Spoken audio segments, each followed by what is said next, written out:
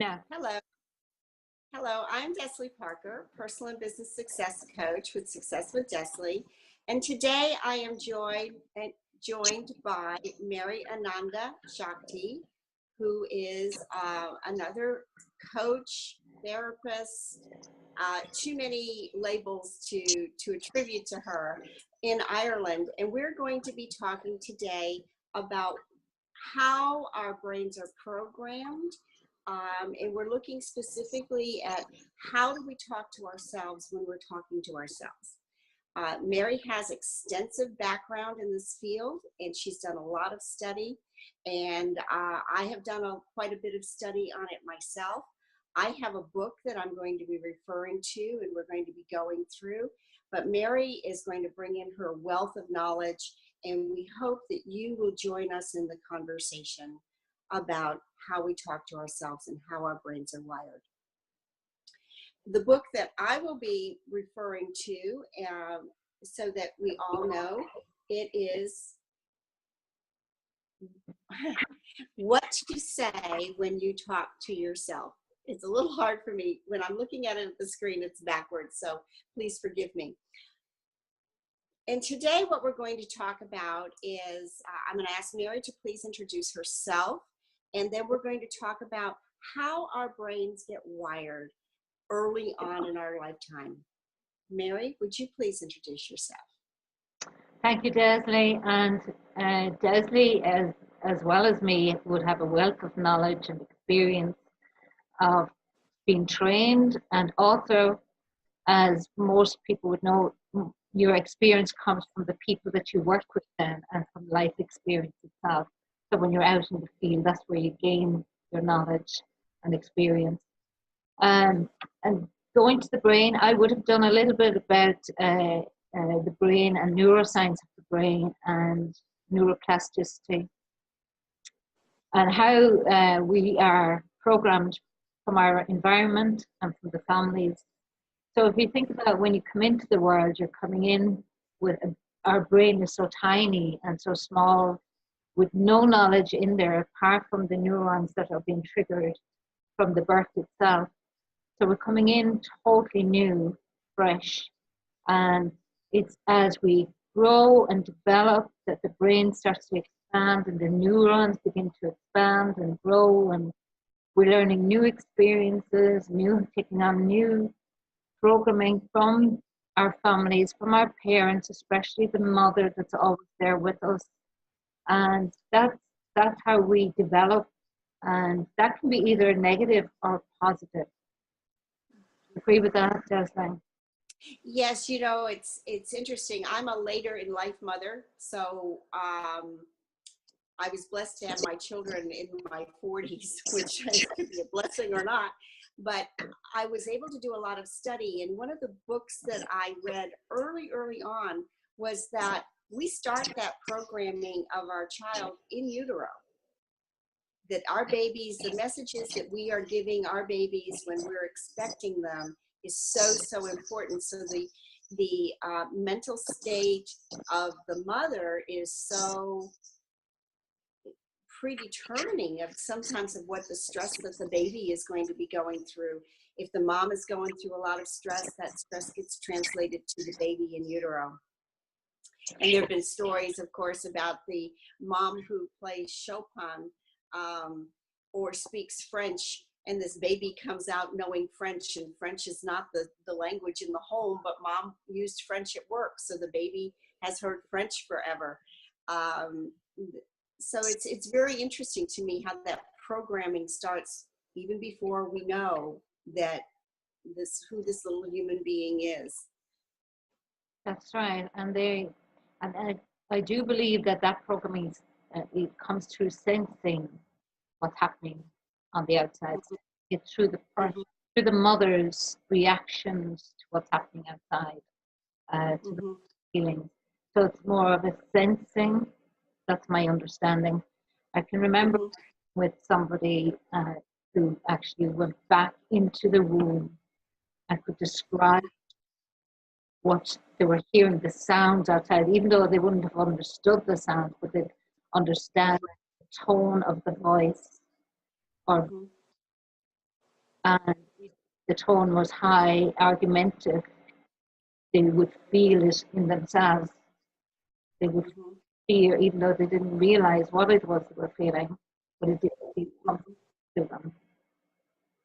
And that's So where that, they would have believed any issues they had in later life would have come from the womb, from what they were experiencing in the womb.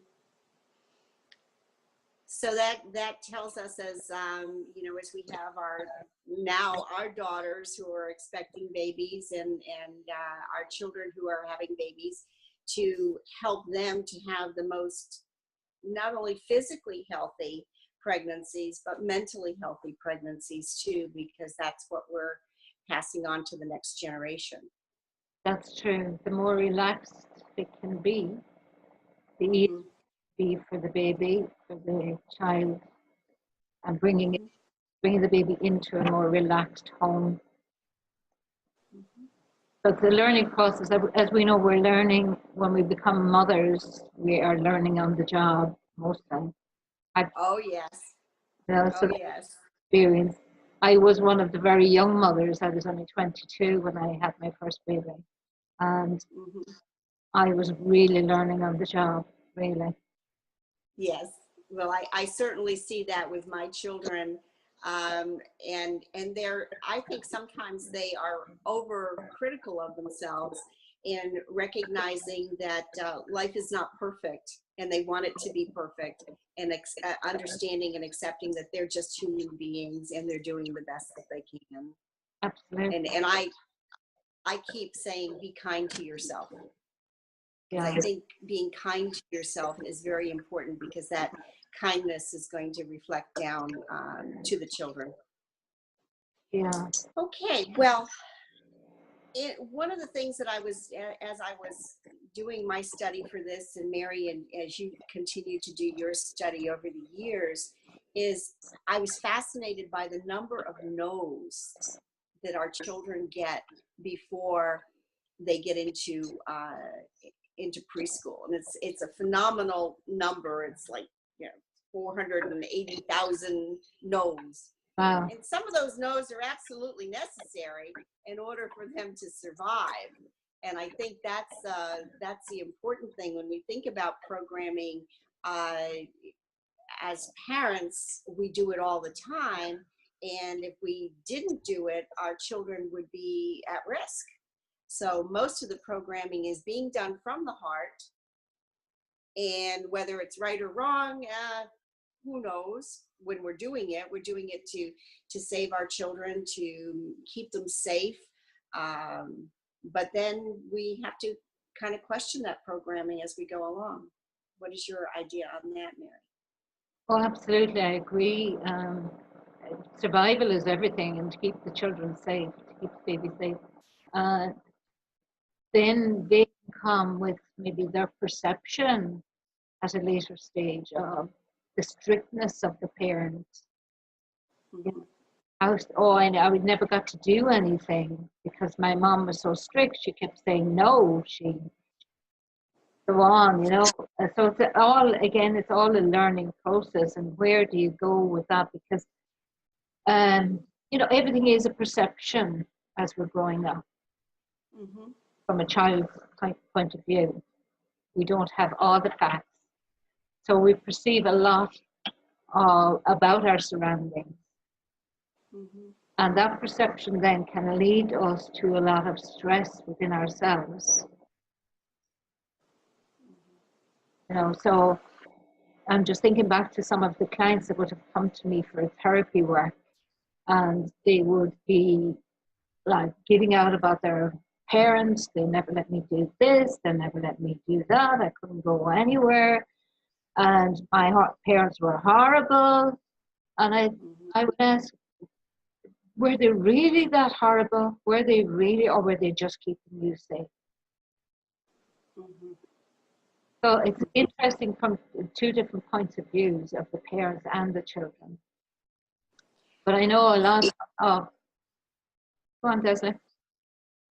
It's interesting that you say that, and I think one of the things that my sons will tell me stories of how they grew up, and I'll say, really? Yeah. Really? Yeah.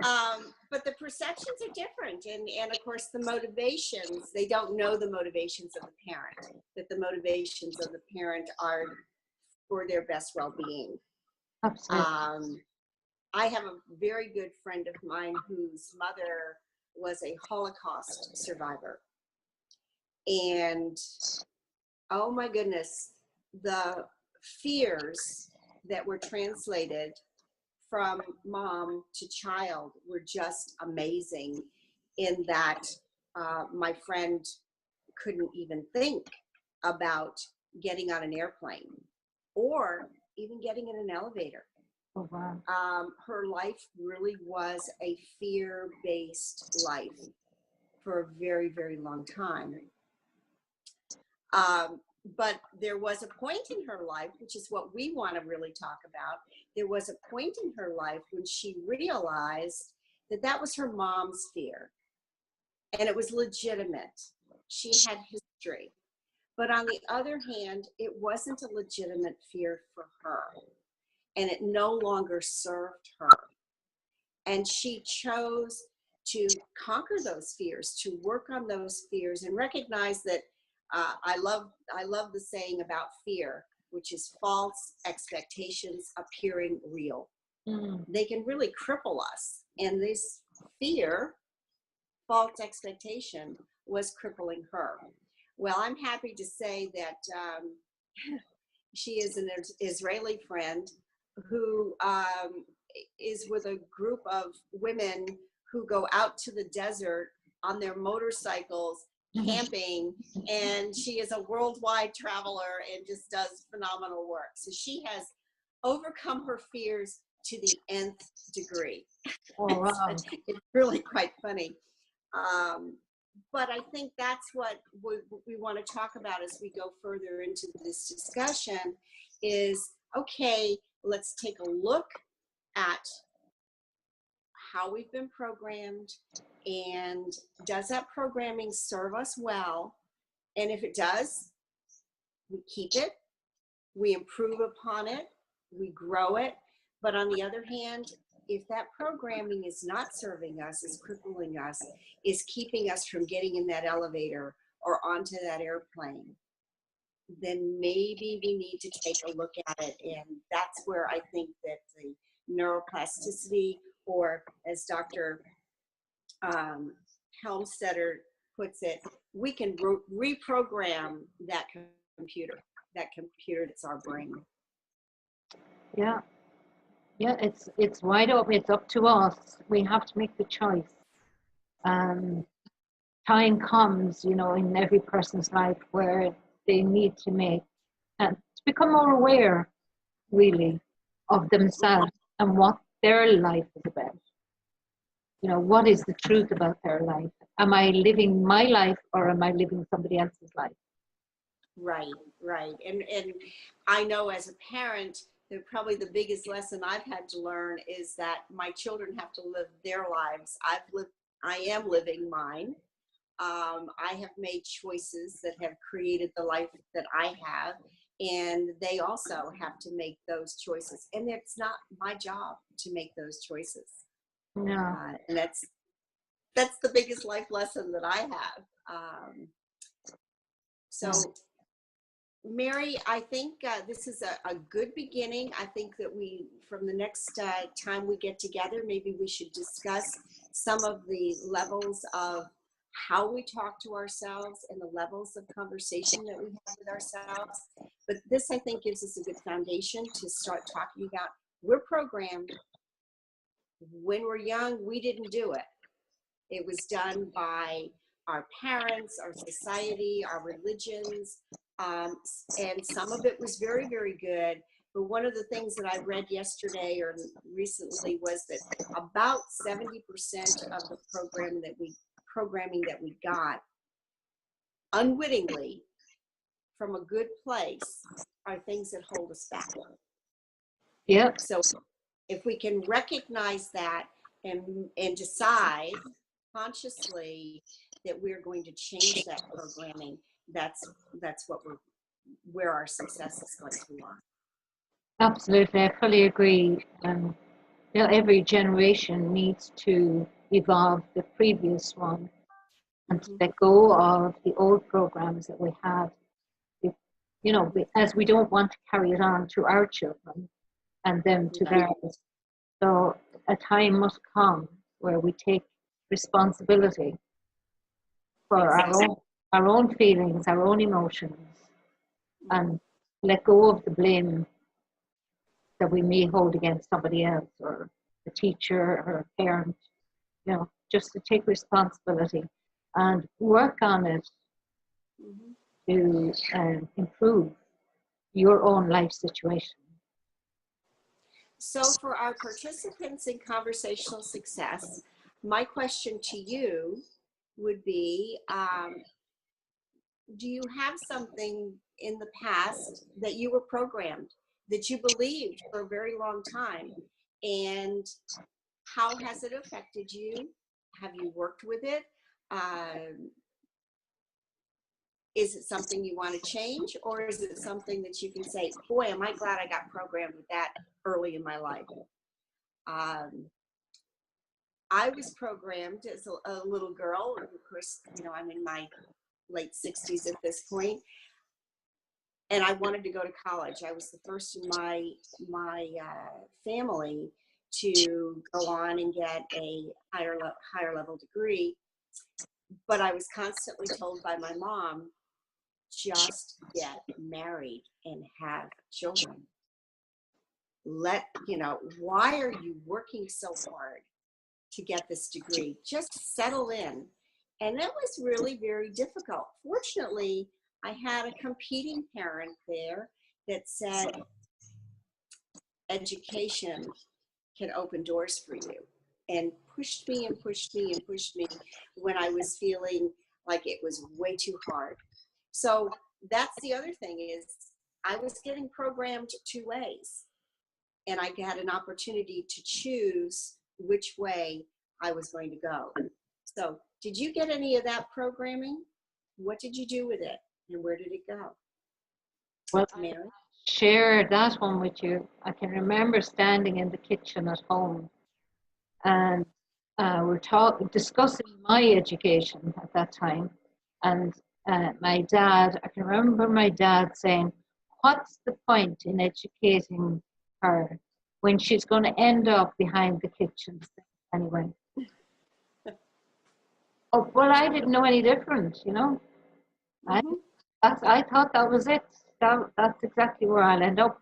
But there was a part of me that was much stronger than that, because there was no way I was going to have that. My mom was passive on it all, and there was no one to guide, let's say, so she was quite passive about it. So yes, I left school early, but it was later that I educated myself in what I love to be doing now, which is supporting, and that came after a car accident. I needed a push from the spirit within me to wake up. This is your wake up call. Do something about your life, and that's what I did. And I had that programming from an early age that women kitchen sink. That's it. Do nothing else. Yeah. Well, I suspect, once again, we were talking about generational programming. It wasn't right, it wasn't wrong, it was what people knew at that time. Yes, definitely. And it comes to us to validate that programming and see whether or not it's still true, or whether or not we need to change it so that we can go forward. Okay.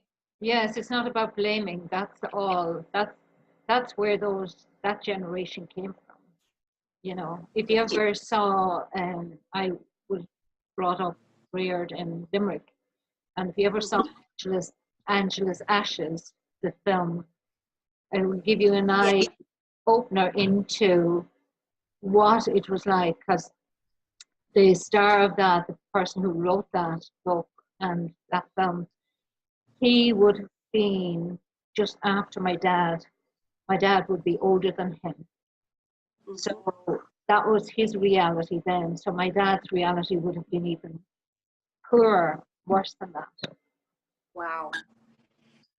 I've never seen the movie, but I certainly have read the book, and it was a very, very, very moving book. Yeah, that's my home place. Okay. Well, I want to say thank you, Mary. I think we've given a good introduction, but I really would like to hear from our audience and ask you to ask us questions. And if there's something that you want to pursue in this level of talking to yourself, please let us know. Yes, we'd love to get some feedback. That would be brilliant. Okay. Thank you all very much for your time and attention. Thank you.